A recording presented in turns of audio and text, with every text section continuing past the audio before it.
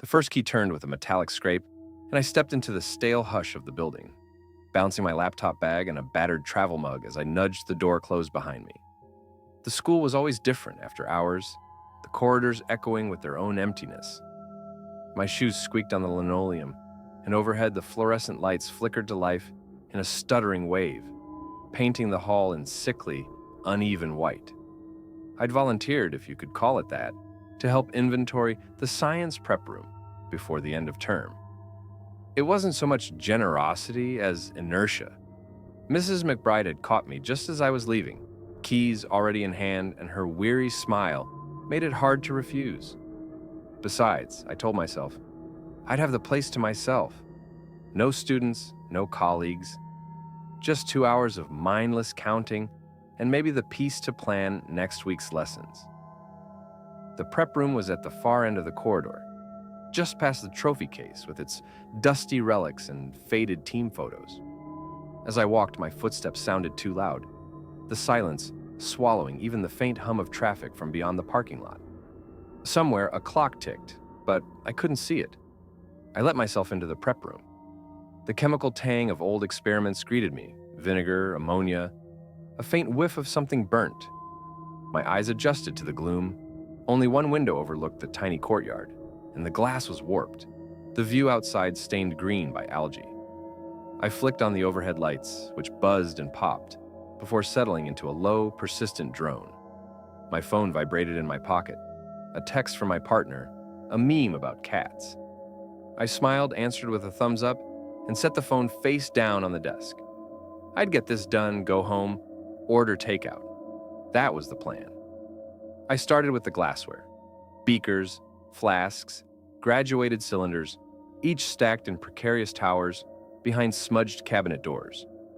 I counted aloud, ticking them off on a clipboard. The repetitive task lulled me, and soon I was lost in the rhythm.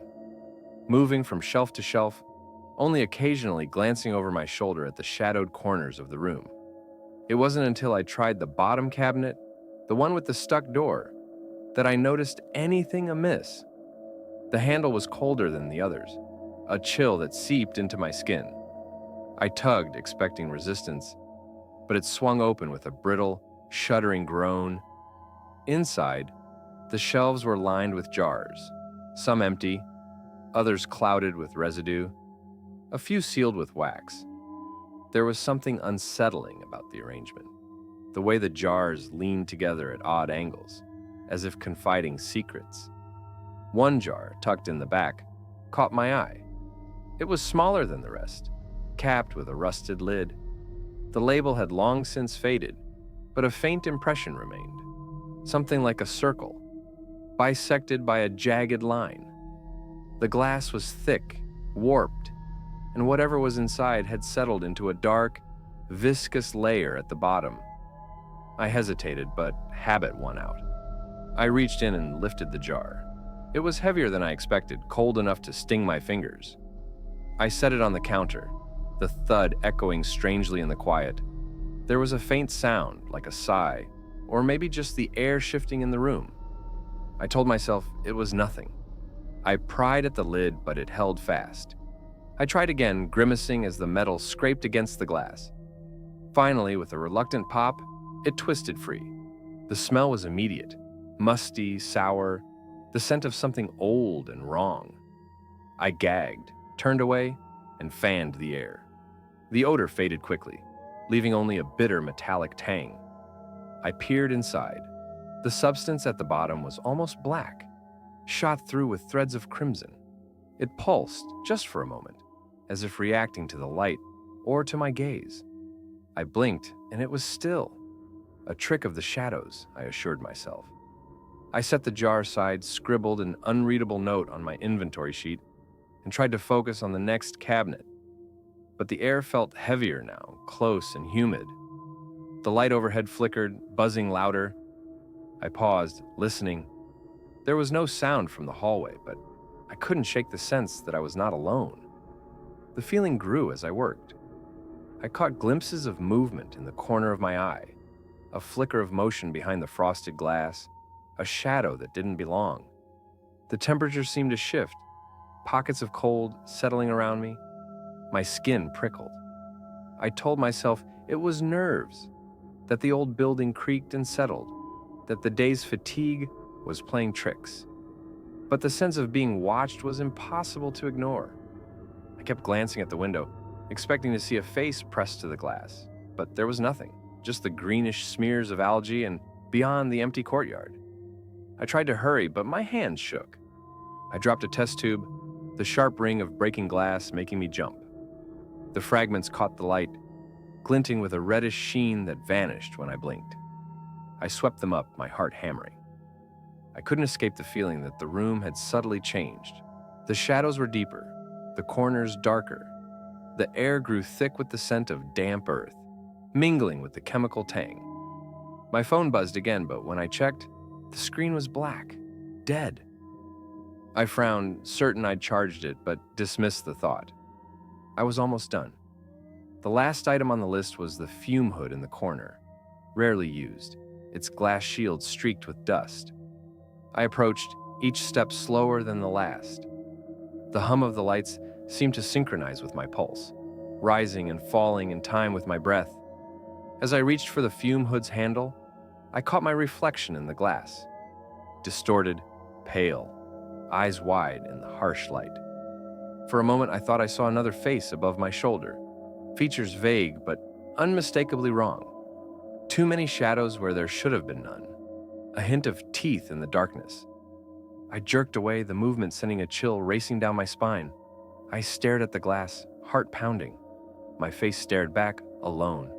I forced myself to laugh. "Get a grip," I whispered. My voice sounded thin, swallowed by the room. I opened the fume hood, more to prove I could than out of necessity. The air inside was still, almost heavy. On the back wall, someone had scratched a series of marks, circles, lines, intersecting patterns. They looked old, the grooves filled with grime. I reached out and traced one with my finger, the sensation oddly cold, like touching stone in winter. Something moved behind me. I spun, but there was nothing. Just the open door of the cabinet, the jar still sitting on the counter, its contents darker than before. I tried to shake off the unease. I closed the hood, made a final note on my clipboard, and began to gather my things. But as I reached for my laptop bag, I heard it.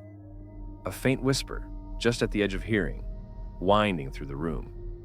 It was not words, not really, but a susurration, a suggestion of language, as if someone were speaking behind a thin wall.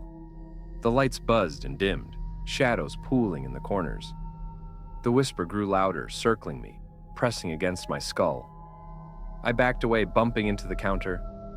The jar rattled, its contents pulsing with a slow, sickly rhythm. I seized my bag and turned for the door. My hand shook as I groped for the key, fumbling it into the lock.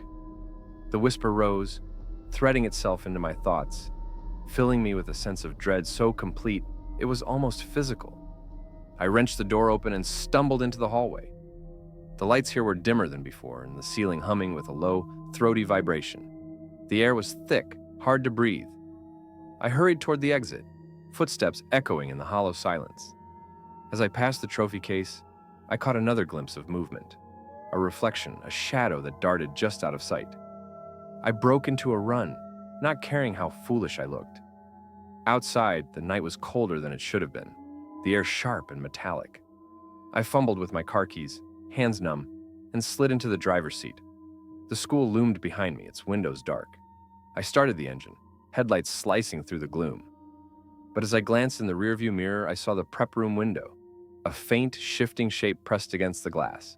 Something not quite human, its outline flickering, impossibly thin.